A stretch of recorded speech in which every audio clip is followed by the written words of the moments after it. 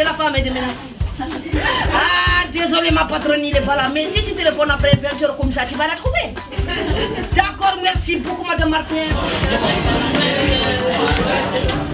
Tu veux, on peut commencer comme ça. Ça va? Commencer comme ça, il n'y a pas de problème. Tu me dis quand t'es prêt. Ah, ça va?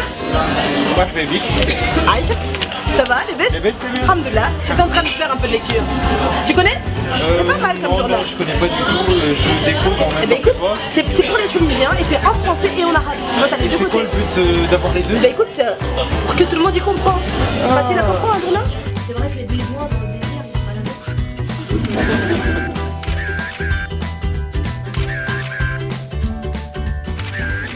C'est quoi la Tunisie? C'est mes racines. Il y a un type que je connais qui a dit une très jolie phrase. Elle dit mes racines sont là-bas, mais c'est ici que je fleuris. Et c'est exactement ça en fait. Mes parents au début ils n'étaient pas d'accord pour que je fasse du théâtre. Et j'en ai fait malgré tout, je me suis accrochée. Et les cours que je prenais le soir, j'ai dit que c'était moi qui donnais les cours. Comme ça ils me laissaient sortir quand même, parce que nous on ne pouvait pas sortir la nuit, c'était pas possible. Et du coup j'étais obligée de passer par des subterfuges pour réussir à faire ce que j'avais envie de faire. J'ai un peu menti. Mais au final mes parents étaient fiers de moi. Même mon père, quand j'ai fait le festival du rire à Djerba, il était assis au premier rang, il avait les yeux qui brillaient. Tout le monde est venu me voir en me disant le Hajj, il était fier. Il faudrait que j'ai d'autres partenaires qui aient les épaules assez solides pour pouvoir faire quelque chose de beaucoup plus grand. Là c'est chouette, je me suis prouvé à moi-même que j'étais capable de le faire.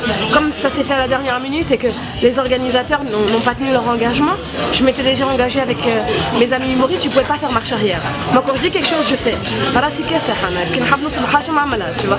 Donc j'ai dit que j'allais organiser, que j'allais les faire venir, je les ai fait venir quand même sans moyens.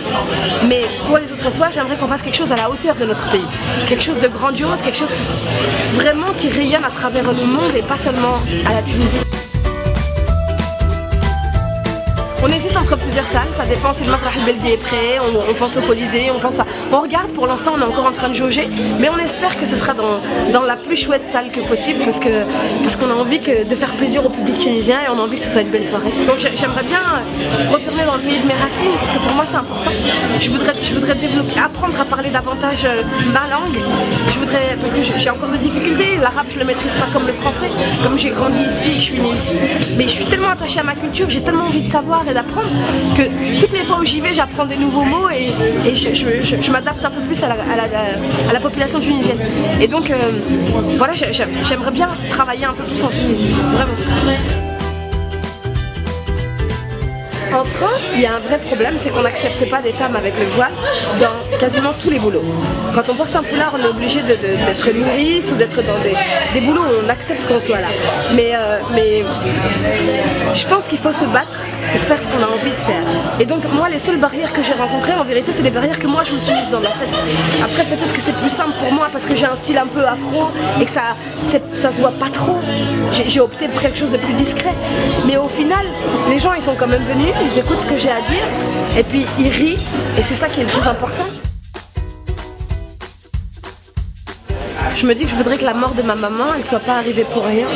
Si je peux réveiller d'autres personnes qui ont encore leurs parents près d'eux, eh ben, il faut que je le fasse. Alors voilà, c'est ce message-là que je transmets. Moi, quand je vois des jeunes qui sont pas corrects avec leurs parents, je me dis mais ils se rendent pas compte qu'ils peuvent partir à tout moment et que moi je donnerais des milliards juste pour serrer encore une fois ma mère dans mes bras. Donc, pour moi c'est important, c'est comme si j'étais obligée de le dire à chaque fois. Il faut que je transmette ce message-là. Moi maman elle est plus là, toi tu l'as encore, prends-en soin. Fais attention à elle. C'est pas compliqué ça. Mais alhamdoulilah, il y a des gens qui ont les larmes aux yeux. Comme pendant tout le spectacle je parle de ma mère, personne ne sait pendant que je le raconte qu'elle est plus là. Et donc chacun imagine sa propre mère à sa place. Donc chacun dit ah ouais bon ma mère elle est comme elle et tout. Et à la fin quand je dis qu'elle est plus là, il y en a plein qui sont choqués parce qu'ils ne s'attendaient pas à ça. Et ça les met face à leur propre situation. Et du coup, je pense que ça les amène quand même à réfléchir. Moi, j'en ai certains qui sont venus voir en me disant mais merci, j'étais fâchée avec maman, je vais rentrer lui faire un câlin. Même si ça change une seule personne, c'est déjà magique. Alhamdoulilah.